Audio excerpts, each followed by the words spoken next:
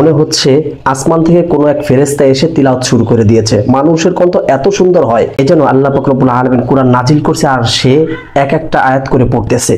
আপনি যদি গান শোনায় অভ্যস্ত হয়ে থাকেন বা গানের সুরে মুগ্ধ হয়ে থাকেন, আপনি কানে হেডফোন লাগিয়ে চোখ বন্ধ করে তিলাওয়াতটা যদি সম্পূর্ণ শোনেন, খোদার কসম করে বলছি গানের সুর তো ভুলেই যাবেন, এই তিলাওয়াতের সুর মৃত্যুর আগ পর্যন্ত আপনার কলবের ভিতরে বাঁচতে থাকবে ইনশাআল্লাহ।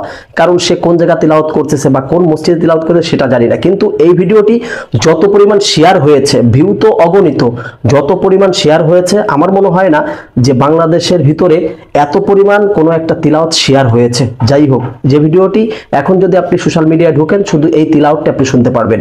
সে তিলাওয়াতটা একটু সম্পূর্ণ দেখাবো, কিন্তু তার বাড়ি কোথায় বা কোন মসজিদে তিলাওয়াত করতেছে এটা আমি জানি না। যদি আপনাদের কারো জানা থাকে অবশ্যই কমেন্ট বক্সে জানাবেন, আমি তার সাথে দেখা করতে চাই ইনশাআল্লাহ।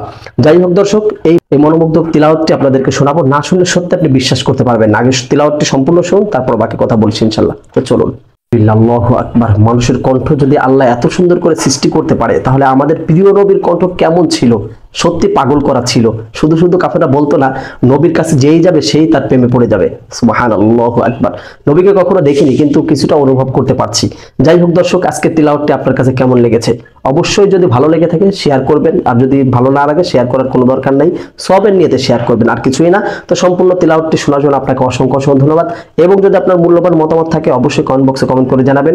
আর আবারও বলে রাখি, যদি তার ঠিকানা বা কোন মসজিদে তিলাওয়াত করেছে বিস্তারিত জানেন কেউ, তাহলে কমেন্ট বক্সে কমেন্ট করবেন, আমি তার সাথে দেখা করে আপনাদেরকে ভিডিও দেওয়ার চেষ্টা করবো ইনশাআল্লাহ। তো সবাই ভালো থাকবেন, সুস্থ থাকবেন। আসসালামু আলাইকুম ওয়া রাহমাতুল্লাহি ওয়া বারাকাতুহু।